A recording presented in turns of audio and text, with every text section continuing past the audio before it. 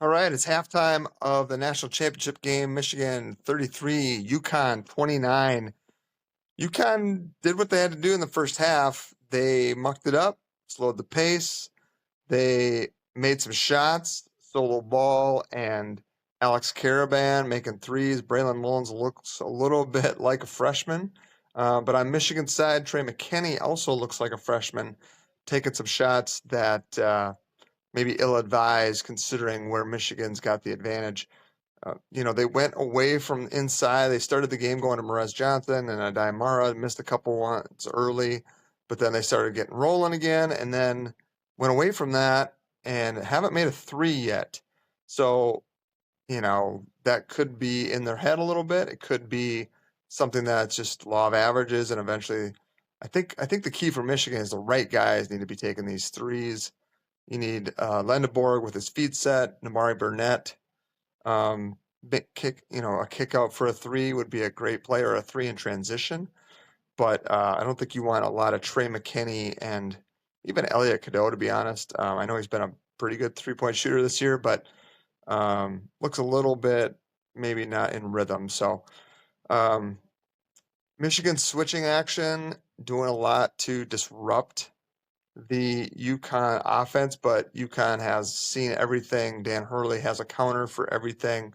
I thought that timeout they had after Michigan went on a 6-0 run and it was 25-29. UConn calls timeout. They run a double curl action followed by solo ball, catch and shoot three, like literally no hesitation. That was a big shot for them, but then Michigan came back with four straight. So, yeah, Terrace Reed, they've been trying to get him the ball, but the length of Mara, the length of Michigan, just giving him some problems. The key with Michigan is you don't need to help inside.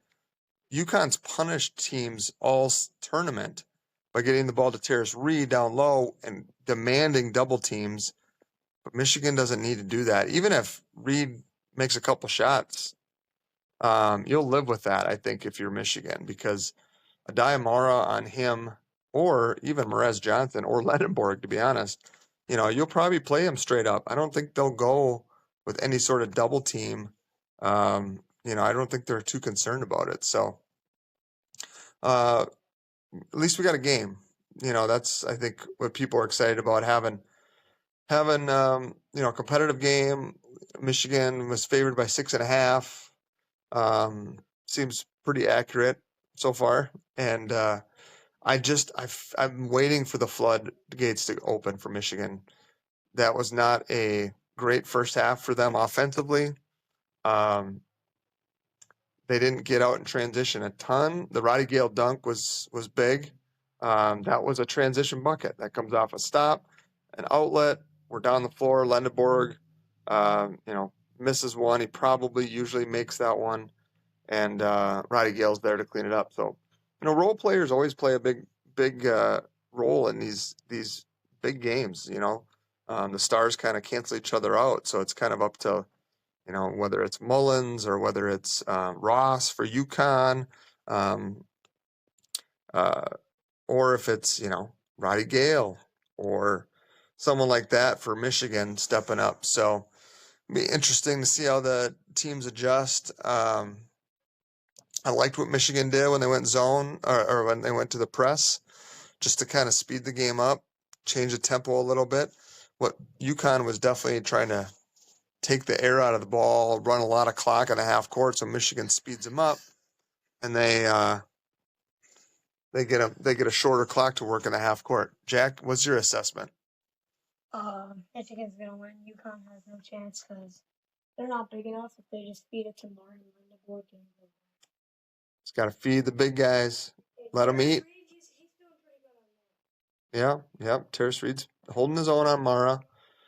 Uh, when Reed's out of the game, foul trouble was big in that too. So for much of the game, no Demery, no solo ball, 2 fouls each, and then Reed got 2 fouls. But on Michigan side, you got Lenneborg has 2 as well. So and Cadeau has 2.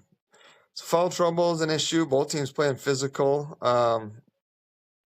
But honestly, I feel like the floodgates are going to open for Michigan. I feel like they're going to hit a 3 or 2, and it's just going to be, they're going to get rolling. But second half, if I'm UConn, I'm definitely looking for more of the multiple screener actions, right? Because Michigan's slipping or switching everything.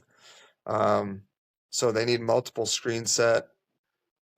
I've been surprised at how UConn's been able to get free for shots. I thought switching would bother them more, but they do such a good job of reacting and rescreening and a lot of that stuff. So it's UConn's just their offense is elite. They're not necessarily their efficiency in offense, but the stuff they run is so good. Having a point guard who isn't a great shooter hurts them a little, right? Like you see Michigan able to play Merez Johnson on Demery, Lendeborg on Demery. So that's just something that UConn's been dealing with all season, to be honest. And then for Michigan, I mean, if I'm Michigan, I just keep running that pick and roll, let your big guy roll to the basket, swing the ball, and feed it to him, and make UConn react to it. I think if I'm Michigan, the first time down the floor, if I can kind of get Mara on the block or Merez Johnson on the block and force a double team, swing it to Burnett and let him shoot an open jump shot with his feet set, and it goes down, I think we're going to see a big swing here. But otherwise, same things. One thing I've noticed with UConn, Michigan will switch a lot of these screens, obviously, but they get a big guy on a smaller guy, and the smaller guy is quicker to the rebound. So Michigan's given up some rebounds where you're like, well, they're bigger. Shouldn't they be getting these rebounds? But when you got Merez Johnson on the perimeter trying to box out a quick guard, that's a problem for Michigan. You want him down by the basket to clean it up, but instead you got Cadeau or Burnett or McKinney by the basket against Mullins and Caravan. And so UConn's going to get some offensive rebounds, and they're going to have a chance for second chance points. That one possession, Caravan got the kick out after a rebound in the corner for a 3, and I thought, boy, that was money, and he missed it. So Michigan playing with fire, I think, on some of that. So we'll see. We'll see how the rest of the game goes. But that's the halftime check-in. Going to be a late night. It's a school night. It's a work night. It's Monday. It's 9 o'clock Central right now. But we're going to grind through it. We're going to get through it together. One shining moment coming up probably 10:15 Central. Got to stay up for that. Got to get the recap of the tourney, baby.